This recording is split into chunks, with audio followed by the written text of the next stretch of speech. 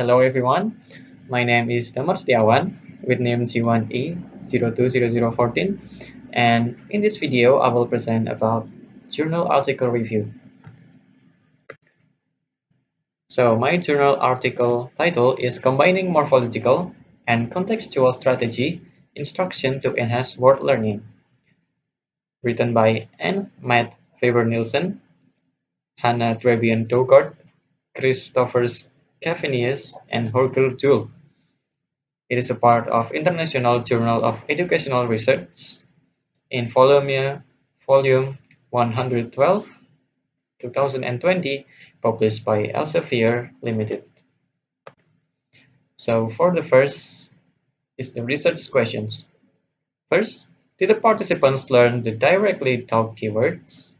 Second, did the participants improve their use of the strategies taught? And the third, did the taught strategies transfer to learning of untaught words presented in text? Okay, move to the next slide is method.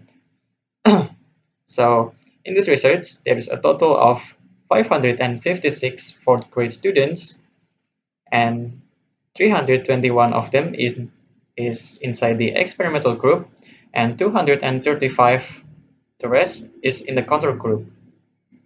The experimental group comprised of all grade 4 classes in one municipality, except for 7 classes who had participated in a pilot study the previous year. The control group attended schools in a neighboring municipality. And as you can see in the table, this research is conducted in 6 weeks and comprised of 2 parts. For the first part, there is morphological awareness and morphological analysis. And for the second weeks, there is context awareness, contextual analysis, and combining morphological and contextual analysis. So for the first, morphological awareness is awareness of morphemes in an unfamiliar written words was tested in a segmentation task. Participants were asked to insert hyphens between meaningful units of 11 novel Danish compounds such as family cycle, or in English it is family bicycle, and venstrefotstanding, or in English left foot throwing. The score was the total number of morphemes correctly marked. And next is morphological analysis, is the ability to use morphological analysis to comprehend unfamiliar written words was tested in a definition task. Response were scored as correct only if all morphemes were reflected appropriately. And so for the next is context analysis. The ability to utilize context to derive word meanings was assessed with a closed test.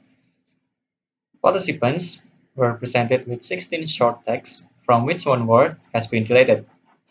For example, people do not feel like blah blah blah because the water is so cold. The task here was to fill in appropriate word. For example, in this sentence is swimming, and misspellings of appropriate words are accepted in this test.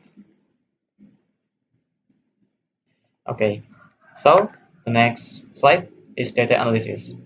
We applied 2 types of linear regression models to estimate the effects of a treatment: a fixed effects (FE) regression and ordinary linear regression with control for covariates. FE regressions essentially control for baseline differences via individual regression in a 3-step procedure. In the first step, we estimate the unconditional treatment effect, and in the following steps, we progressively control for pretest reading comprehension and class-level variables to test the robustness of the unconditional estimates. And next, we report summary statistics, global means, and standard deviations from all observations, regardless of sample attrition. For outcomes with both pre and post-test, we calculate Cohen's effect size, or ES, using the pretest standard deviation of all students. For outcomes with post-test only, ES calculations are based on the standard deviation in the control group only. Okay, so we're moving to the slide result.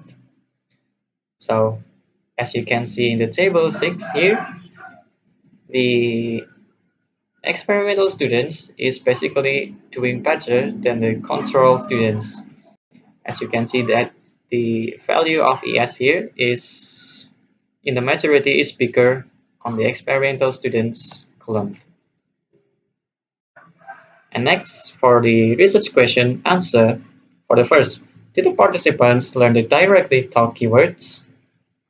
And as expected, the experimental group showed strong pre-post-test gains with respect to semantic and orthographic knowledge of the directly taught words, and they clearly outperformed the control group. These results are in line with the previous studies that have demonstrated that students' vocabulary knowledge can indeed be stimulated through direct instruction. And for the second question, did the participants improve their use of the strategies taught? The experimental group improved significantly more than the control group on all three measures of thought strategies. The first is morphological awareness, and the second is morphological analysis, and the third is contextual analysis. Several previous studies have been successful in improving morphological skills. And lastly, the third question. Did the taught strategies transfer to learning of untaught words presented in text? And the answer is effects in favor of the experimental classes were found for some, but not all.